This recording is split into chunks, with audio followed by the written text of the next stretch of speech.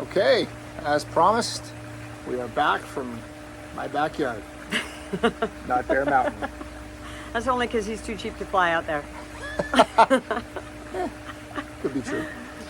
So we thought we'd do a quick short today and talk about just getting, it's a hot topic, getting kids into the market, children into the market, obviously mature children who are of home ownership age. And, how do we go about doing that? There's a lot of parents where this is front and center for them, so we thought we'd talk about that. Yeah, absolutely. And there's such a, in my opinion, quite a negative narrative out there right now.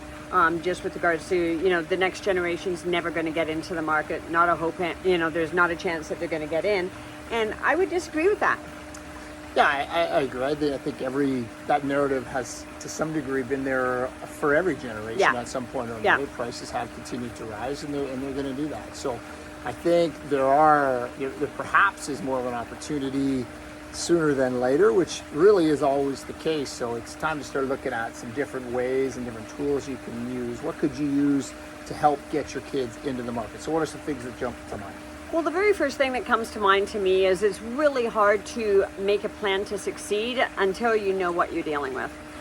So I think meeting with a good lender or a broker is utmost importance, and earlier than later for sure.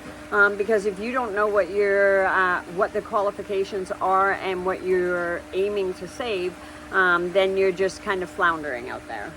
Yeah, in a lot of cases, even if the kids are disciplined enough to get that down payment saved up while they're maybe living under our roofs, then it becomes a matter of, well, do they have the earning power? What did the last 2 T4s look like? What does that look like? Yeah. Are they self-employed? And there has to be an extended history there before the banks are going to lend. Obviously, parents can offset this by getting on title themselves.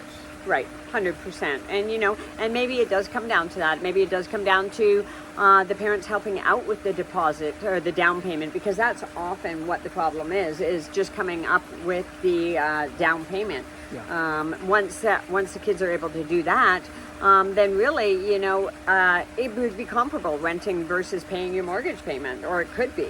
Particularly if you can add in a friend or two that are looking, they're at that point in life where they actually need their own place. And, it's no longer their ideal scenario to be under their parents' roof, which we've all been there, right? It just is what it is at some point. So if your child can be the one that owns and you can get them into this market, then it's a bit of a no-brainer. You've got an appreciating investment that is tax-free, and that no matter what happens over time is going to be paid down, whether there's appreciation or not. Yeah, and it maybe takes a bit of time for that down payment to get paid back, and maybe it doesn't get paid back until they sell and move on to their next investment. But at the end of the day, they're in the market. And that is huge. So I think that, the narrative that the next generation's not going to be able to buy a house, I don't agree with that. Yeah, no, I concur. And speaking of the next generation, I'm looking over here at my son mocking me there in front of me. He is a donkey. But we just wanted to give a quick short on that. Feel free to reach out. And till 100%. Next time. Okay, see you. Lucy Pfeiffer, Colin Cavilla, Victoria, Calgary, Sibling Rivalry. thanks for joining. Yeah.